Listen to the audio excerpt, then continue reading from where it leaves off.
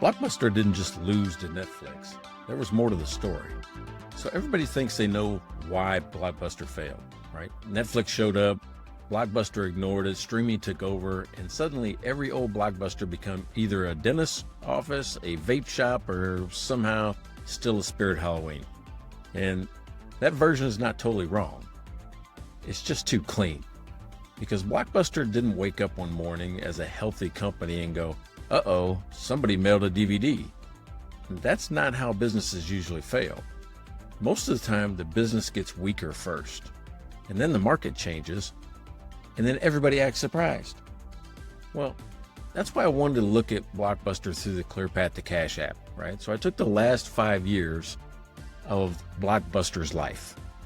Not because the app needed to predict Netflix. I mean, come on, that'd be ridiculous. I mean, there's no software sitting there in 2004 saying, careful, Reed Hastings is about to ruin your weekend plans.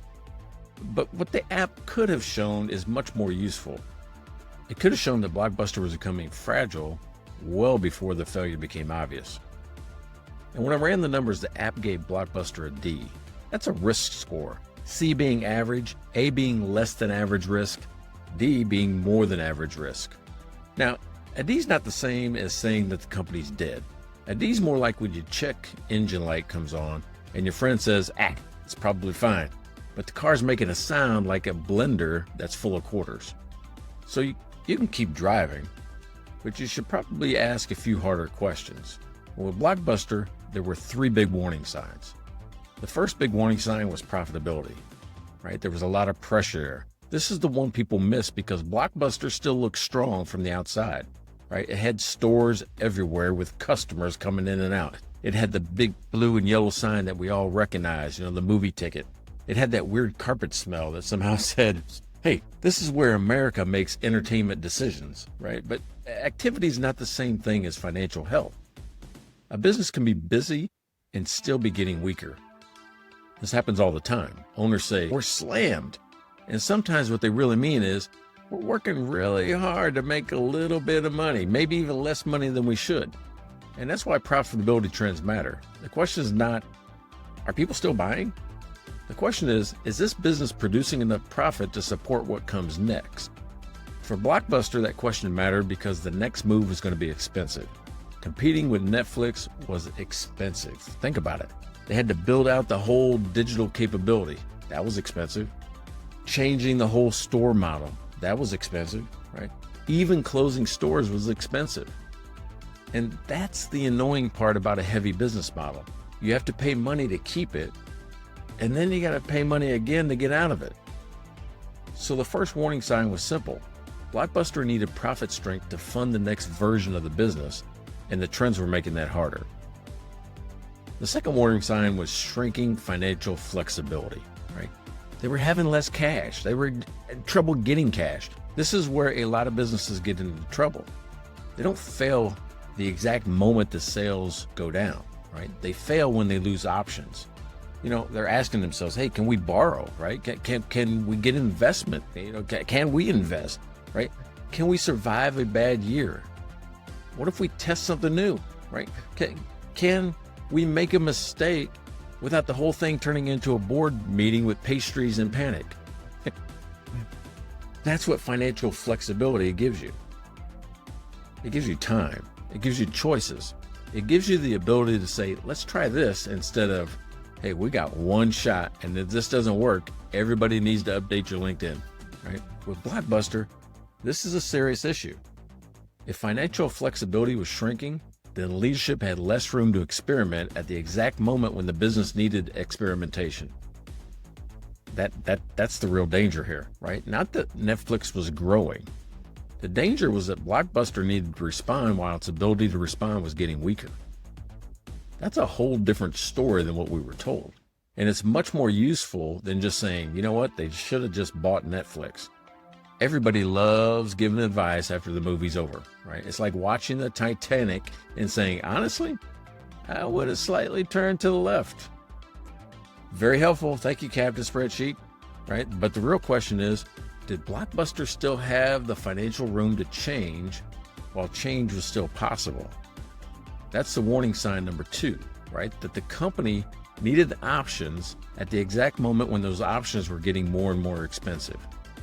That leads me to the third warning sign, and that was the weight of the business model. It was super heavy. This is a big one because Blockbuster was built for a world where people had to come to the store. That meant physical locations. That meant employees. They had to have the inventory on the shelf, pay rent, right? Utilities, right? Local operations, and rows of movies where every case somehow had the wrong DVD in it. The model worked when the store was the customer experience. But once the customer experience started moving away from the store, Blockbuster had a problem. Netflix wasn't just a competitor. Netflix was a lighter business model attacking a heavier one. And that's what made it dangerous, right? It's hard to pivot quickly when your strategy is attached to thousands of leases and a wall full of previously viewed DVDs. A heavy model can work, but when the market starts moving faster, heavy gets dangerous because every choice costs money. Close stores, that's expensive. Keep stores open? Well, that's expensive. Build digital? That's also expensive. But wait and see what happens? That's usually the most expensive option of all. This is where Blockbuster was getting boxed in because the business model was getting heavier at the exact same time it needed to become lighter. And that's the part that the app helped me see, right? Not that Netflix is coming, not that streaming will win, but this company had less room for error than it used to. That's the warning. Because if a business has strong profits, strong cash flow, and room to maneuver, then their competition has a problem. But if a business has weak profitability, shrinking flexibility, and a heavy business model, well then competition becomes something a whole lot worse in your life. It becomes a thing that exposes everything that was already wrong. So could we have predicted Blockbuster's failure a little earlier? Well, I'm not like a fortune teller. I don't think any app or spreadsheet or diagnosis that we do would say that, in the future, every human will watch 12 seasons of something on a phone while ignoring their laundry. I don't think we get that far into it, but it could have shown that Blockbuster was becoming financially fragile. And that's the useful part. If I were sitting with Blockbuster leadership earlier in the story, I would not start with, hey, you're doomed, right? That's not advisory. That's just being dramatic in a conference room. I would have asked 3 questions. Is the current model producing enough profit to fund the next version of this company? How much financial flexibility do we have if customer behavior changes faster than expected? Like people want to stay home. They don't want to go to the store anymore. And what parts of this business are too heavy to carry into the future? Those questions would have forced a whole different conversation. Not how do we protect the store model forever, but how do we use the brand while it still has power? How do we reduce dependence on physical locations before we're forced to? How do we protect cash and borrowing capacity while we still have choices? That was the window. It's one we face all the time in a lot of different businesses. Blockbuster still had a brand, it still had customers and relationships, and it still had people's attention. Still does today, right? The last Blockbuster still is a thing. But the financial trends were showing that the window wasn't going to stay open forever. And that's when the move needed to happen. Earlier, when the company still had options. Not later, when every option had turned into a rescue plan. So yeah, Netflix mattered. Streaming mattered, right? Late fees, leadership, all that stuff mattered. But the more useful lesson in this is that Blockbuster didn't fail just because the market changed. Blockbuster failed because when the market changed, it didn't have enough flexibility left to respond fast enough. It couldn't afford it. And that's what I wanted to find, right? Not the headline.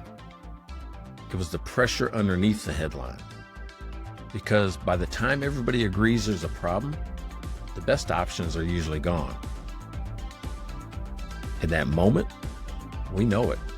And the clear path to cash was built for that moment.